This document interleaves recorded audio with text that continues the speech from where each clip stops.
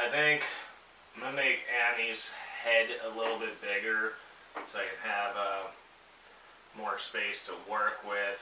I'm probably going to keep working on this. And I want to work on Swag's face, his hand, and this area. I want to cover the white. I already basically covered all the white here. I might try to find more lighting, but overall I'm mostly happy with where it's going. It's gonna take some more work. Okay, I'm gonna stop talking here. Let's go into it.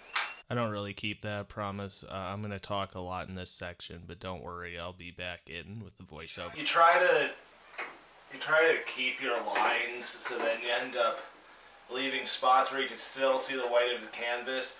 At this point it's okay to just overlap because most of my lines are in and I can just find them even if I cover over it too much.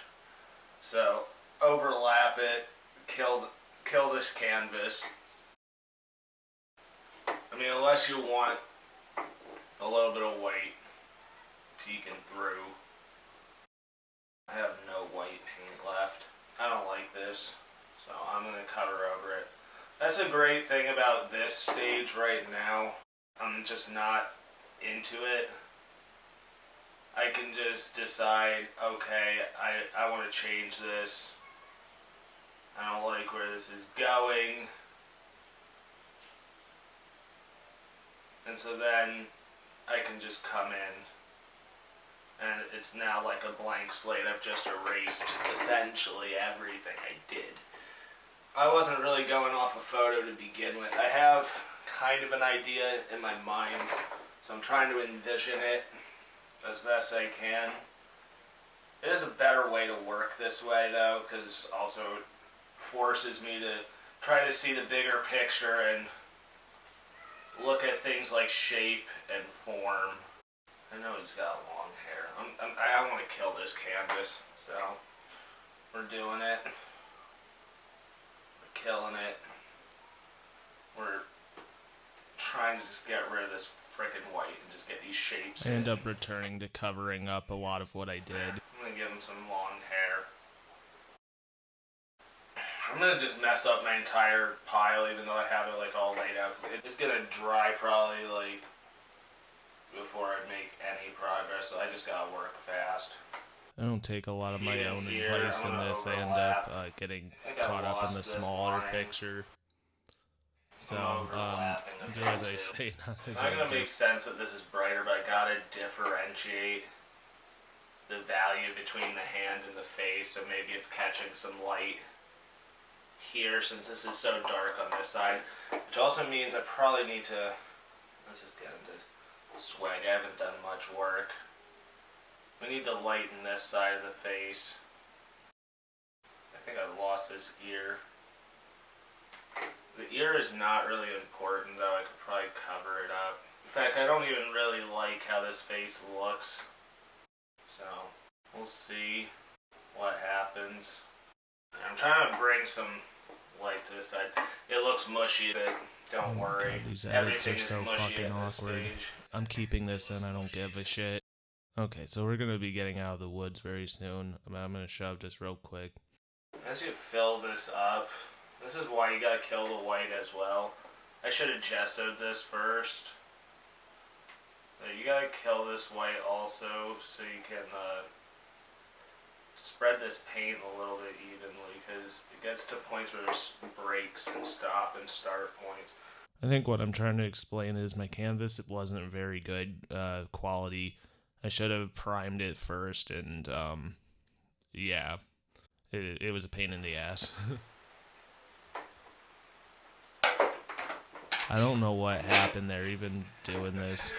That almost looked like a ghost, and even when that happened, it just felt like some force just slapped the brush out of my hand. I don't know how to explain what happened there. You know what?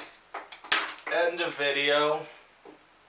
I'm gonna have to come back because this paint is drying up on me. It's very sticky and not very spreadable. I think it needs more water. I hope this red doesn't go bad.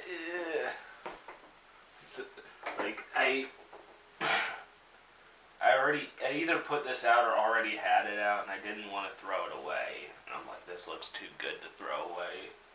But if I don't change this water, that's going to dry up too, just like the rest of it. This isn't really the end of the video, but it was the end of the painting session for that day because the paint was drying up. Yeah, that red that I had in there, that was from a painting I did earlier before I started this. I did like 2 really easy ones using Bob Ross techniques, which I'm thinking for my next video I'll do something similar to that. Man, my microphone might be too loud. I'm gonna just continue. Anyway, I'm still just now you can't see it on the camera, but I can see it in person. There's like little bubbles like when you put the paint over it because the surface is so uneven. It bubbles up and you can see like parts of the original canvas, and some people like that, but in this case it's just not a good canvas quality, and I really wanted coverage. So what I'm doing is like overlapping my lines, and at first I painted within the lines because I didn't want to lose them, but since I got them in, now I'm being a little bit more ugly, and this stage is a lot more forgiving. Also, earlier there, I was laying out my colors. I recommend laying out your colors before they go on the canvas. Now, there's like 2 kinds of painting methods you could take. Mixing colors on the canvas. You can do that. I'm not going to say it's wrong to do that because I feel like that would just be ridiculous to say because I've done it. Depending on the techniques, I think the best techniques for mixing paint on the canvas, I would say, is like Bob Ross wet and wet techniques using liquid white. But that's a different discussion and is a digression. Anyway, I'm getting into working on Animancer's face. For most of this, I lost a lot of footage because my head was in the way. For part of this, like I'm zoomed in so close, and I ended up working on Swegta's face, and it did not get on camera because I wasn't paying attention to the fact that my camera was already wide zoomed in. So enjoy from here whatever I could get. Now this was the most painful process, was painting a face on like 1 inches of real estate, and I'm probably going to talk about this a little later in the video, but I went through several faces because I didn't like what was happening, like proportion wise, and I didn't take my own advice that I was talking about earlier about painting ugly and just being very rough and seeing the big picture, big shapes. If I did that, I'd probably be in a lot better shape than I'm in. As you can see, my head's in the way. A lot of this got cut off because it was like I couldn't tell what was changing and I couldn't see where my brush was.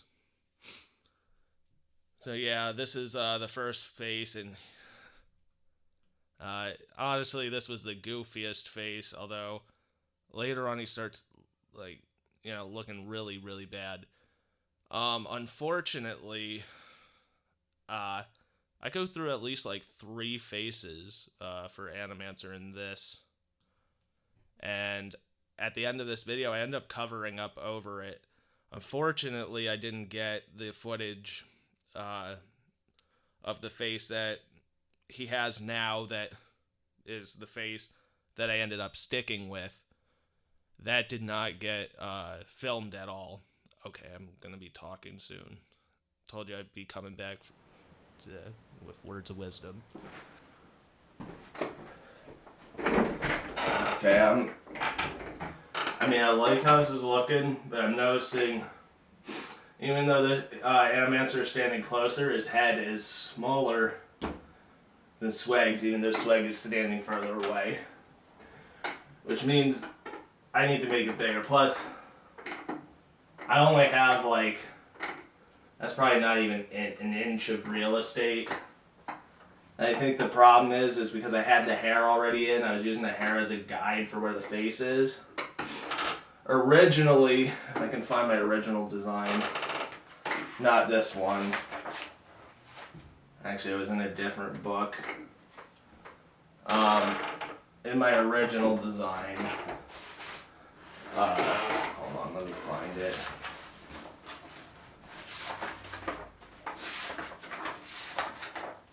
In my original design, I had him closer, like up in the camera's grill, which I'd have a lot more real estate to work with his head if I just put him close, just make him bigger. Besides that, like, Jay is close, and I think, okay, his neck's a little too long, but proportionally I like this. Plus I have a lot of real estate. Anyway, I'm going to just do this quickly. Not doing any detail, because I gotta go a little bit. So yeah, I end up covering up over this face. I'm thinking, instead of using the hair as a guide, the hair should probably just come out the bottom of the hoodie.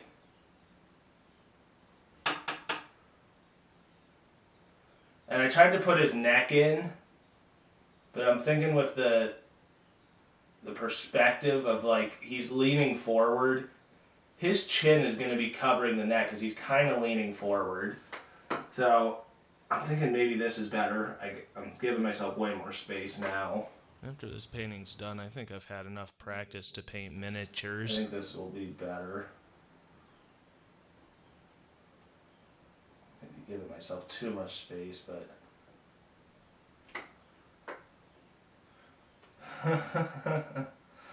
Oh, God, you can tell I'm losing my mind here because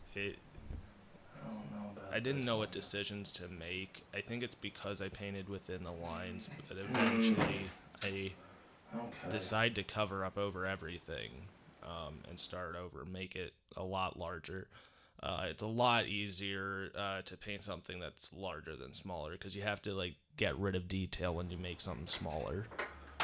Unfortunately, I think I'm gonna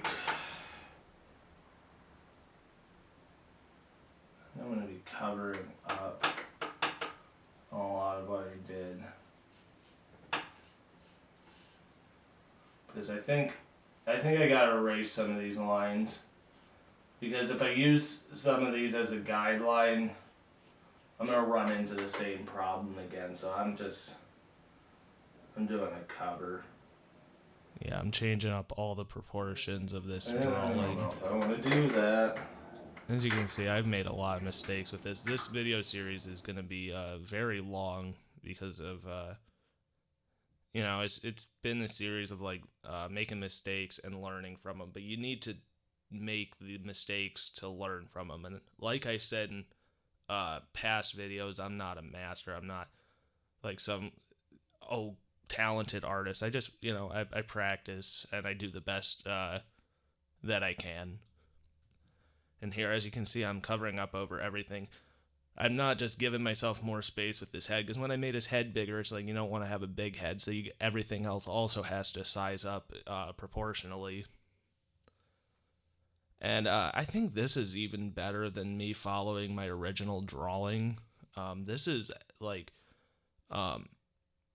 better. Like, most people will come up with a drawing before they paint over it, but if you can draw with paint, you don't ever need to draw a drawing. As you can see, I should have probably spent more time drawing Animancer. As you can see, I'm actually now... It doesn't matter. Looked in the mirror and tried to make the pose. Okay, that matters. And I realized... I'm talking about for references. You could have I want photos to do some where you can look foreshortening, in the like he's mirror. kind of holding it out a bit. So... Yeah, I'm just now changing the proportions of the body. And, I mean, although I was right there when I said that I should have had a stronger drawing to work with, this is actually a good exercise with drawing with paint. And when drawing with paint, don't get hung up on how it looks. Just make it ugly. It doesn't matter if it's pretty. Your goal shouldn't even really be to make it pretty. That comes, that's the icing. You need to build the foundation. That means the bottom, the base. And it's actually a good exercise in freeing your mind up and then just seeing everything as shapes rather than lines. Now, I mean, I can't speak for everyone. Some people work better with lines, they see the world in lines, and some see the world in shapes. I would say generally with painting, it's better to use shapes, but if you have something that's like involved like this, there's three people, there's different elements of perspective for shortening, and then proportion has to come into it, and everything else along with all those principles you need to keep in your mind. So being able to break that barrier down of just following within your drawing is a great thing. Okay, well, I'm the Disgusting Beauty. This has been today's painting session. I wish I got this out a little bit earlier, but personal, whatever's get in the way. You have work, you have, you got to do what you got to do. All right, peace out.